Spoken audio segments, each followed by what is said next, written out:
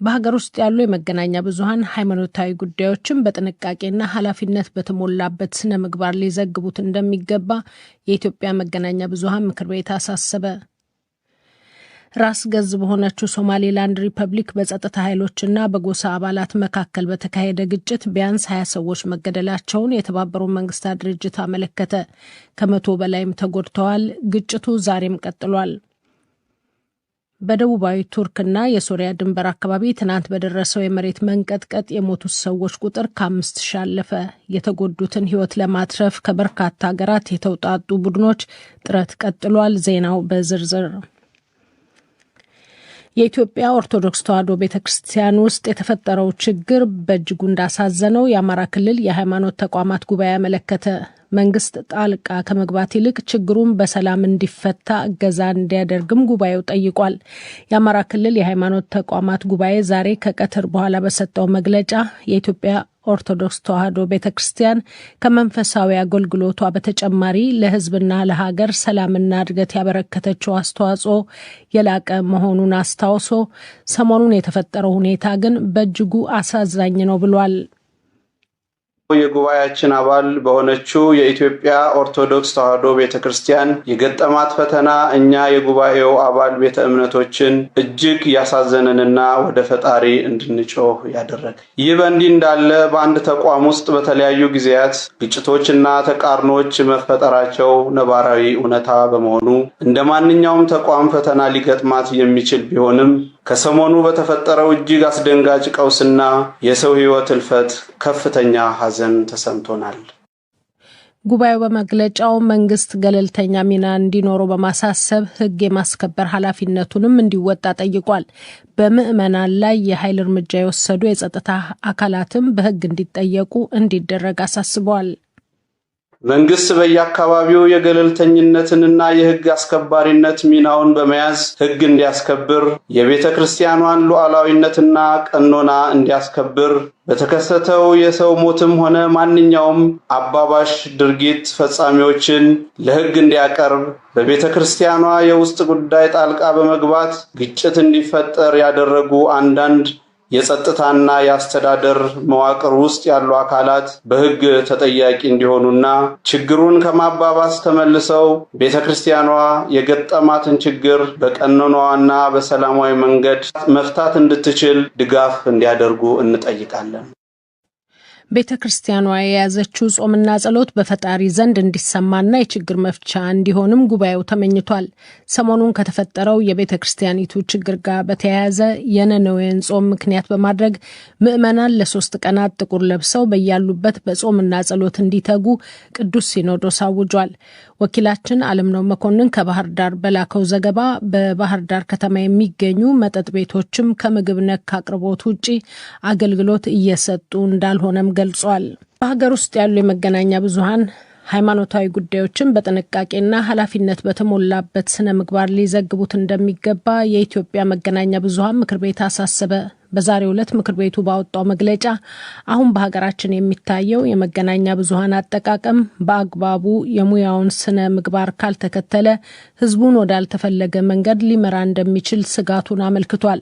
ምክር ቤቱ በመግለጫው ከቅርብ ጊዜ ወዲህ አንዳንድ የመገናኛ ብዙሃን ከኢትዮጵያ ኦርቶዶክስ ተዋሕዶ ቤተክርስቲያን የውስጥ ጉዳይ ጋር በተያያዘ የሚያሰራጩት ዘገባ ከእውነታው ያፈነገጠ ብቻ ሳይሆን ከትክክለኛ የጋዜጠኝነት ስነ ምግባር ጋር የሚጣረስ ነው ብሏል። የምክር ቤቱ የስራ አስፈጻሚ አቶ ታምራት ኃይሉ አንዳንዶቹም በሀገሪቱ እየተካሄደ ያለውን ወቅታዊ ሁኔታ ምንም ነገር እንዳልተፈጠረ ሲያልፉት ይታያል ነው ያሉት።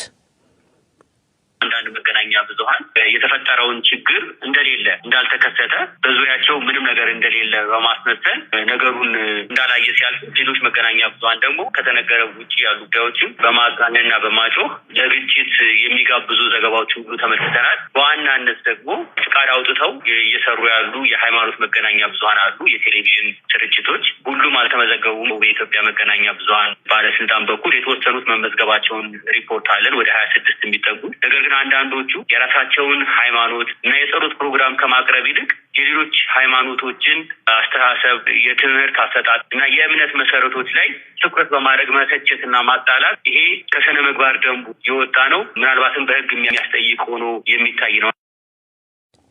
በኢትዮጵያ የመገናኛ ብዙሃን ማንኛውም ሃይማኖት ተኮር ዝግጅት በተከታዮቹ መካከል የእርስ በርስ ግጭት ማነሳሳት፣ የሌሎችን ሃይማኖት ወይም እምነት ማንኳሰስ ወይም በሃይማኖት ተከታዮች አለመቻቻል እንዲፈጠር መቀስቀስ እንደማይፈቀድ ይደነግጋል ማለታቸውን በእንዲህ እንዳለም በተለያዩ የማህበራዊ መገናኛዎች ጋዜጠኞች ጥቁር ልብስ በመልበሳቸው ከስራ ገበታቸው ላይ እንደተነሱ አንዳንዶቹም በማስጠንቀቂያ እንደታለፉ ቢነገርም የኢትዮጵያ የመገናኛ ብዙሃን ባለሙያዎች ማህበር ሊቀመንበር አቶ ጥበቡ በለጠ ግን ማህበራቸው ይህን የሚያረጋግጥ መረጃ አልደረሰውም ብለዋል።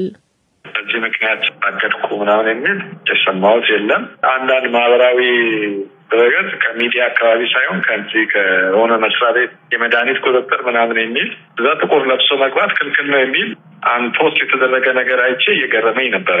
ማን ነው የከለከለው እያልኩ በቃ ዝም ብሎ ማያተነጠው ለጥፈዋል እዛ መስሪያ ቤታቸው ውስጥ እና ከሚዲያ እስካሁን የመጣልን የለም። ራስ ገዝ በሆነችው ሶማሌላንድ ሪፐብሊክ በጸጥታ ኃይሎችና በጎሳ አባላት መካከል በተካሄደ ግጭት ቢያንስ 20 ሰዎች መገደላቸውን የተባበሩት መንግስታት ድርጅት ዛሬ አመለከተ። የመንግስታቱ ድርጅት የሰብአዊ መብቶች ጉዳይ ኃላፊ ፎልከር ተርክ እንደገለጹትም ላስ አኖድ በተባለው ስፍራ የአካባቢው ጎሳ አባላትና የጸጥታ ኃይሎች ሲጋጩ ከሟቾቹ ሌላ 119 ሰዎች ጉዳት ደርሶባቸዋል። ግጭት የተቀሰቀሰበት አካባቢ ፑንትላንድና ሶማሌላንድ በድንበር የሚወዛገቡበት ስፍራ ነው። ግጭቱ ዛሬም መቀጠሉን የሚጠቁም መረጃ እንደደረሳቸው የገለጹት ተርክ ሁኔታው እንዳሳሰባቸውም አመልክተዋል። ባለስልጣኑ በግጭቱ ጉዳት የደረሰባቸውም ሆነ ህይወታቸው የጠፋው ቁጥራቸው ሊጨምር እንደሚችል በማመልከት ጉዳዩ ገለልተኛ፣ ስኬታማና ለማንም ያልወገነ ምርመራ እንዲደረግበት ጠይቀዋል። ሶማሌላንድ በጎርጎሮሳዊ 1991 ዓ.ም ከሶማሊያ ብትገነጠልም እስካሁን ራሷን የቻለች ሀገር ለመሆኗ ዓለም አቀፍ እውቅና አላገኘችም። በደቡባዊ ቱርክና ሶሪያ ድንበር አካባቢ ከደረሰው የመሬት መንቀጥቀጥ የተረፉትን ህይወት የማዳን ርብርቡ ቀጥሏል። የተለያዩ ሀገራት ህይወት አድን ቡድኖች ለዚሁ ተግባር ወደ ቱርክና ሶሪያ መግባታቸውን አሶሲኤትድ ፕሬስ በዘገባው አመልክቷል። ትናንት በተከሰተው የመሬት መንቀጥቀጥ እስካሁን የሟቾች ቁጥር ከ5000 ማለፉ ተገልጿል። በሬክተር መለኪያ 7.8 የተመዘገበው የመሬት ነውጥ ካስከተለው ፍርስራሽ ውስጥ እስካሁን ከ8000 የሚበልጡ ሰዎች ቱርክ ውስጥ ብቻ ማውጣት መቻሉ ተመዝግቧል። የሀገሪቱ ፕሬዝዳንት ረሲብ ጠይብ ኤርዶጋን በአደጋው ከ85 ሚሊዮን የቱርክ ህዝብ 13 ሚሊዮኑ መጎዳቱን በማመልከት በ10 የቱርክ ክፍለ ሀገራት የአስቸኳይ ጊዜ ደንግገዋል። በደረሰው የመሬት መንቀጥቀጥ ከመኖሪያ አካባቢያቸው የተፈናቀሉ ከ380 ሺህ በላይ ዜጎች መንግስት ወዳዘጋጀላቸው ጊዜያዊ መጠለያዎች ተወስደዋል። ለዩክሬን የሚሰጡት የጦር መሳሪያ ድጋፍ ጦርነቱን ወዳልተጠበቀ መባባስ እንደሚያመራው ሩሲያ አስጠነቀቀች። የሩሲያ የመከላከያ ሚኒስትር ሰርጌይ ሾይጉ ዛሬ በሰጡት መግለጫ ምዕራባውያን ለዩክሬን የጦር መሳሪያ መላካቸው የሰሜን አትላንቲክ የጦር ቃል ኪዳን በእንግሊዝኛ ምህጻሩ ኔቶን ወደ ግጭቱ በግልጽ መጋበዝ ነው ብለዋል።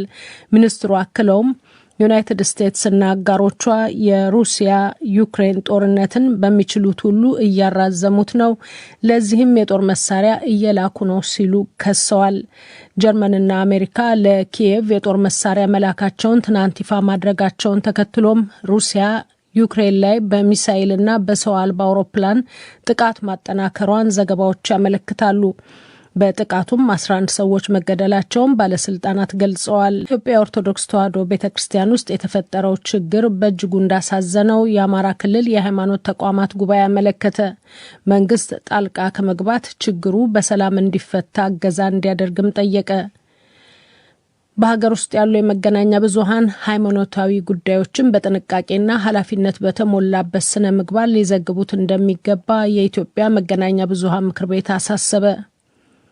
ራስ ገዝ በሆነችው ሶማሌላንድ ሪፐብሊክ በጸጥታ ኃይሎችና በጎሳ አባላት መካከል በተካሄደ ግጭት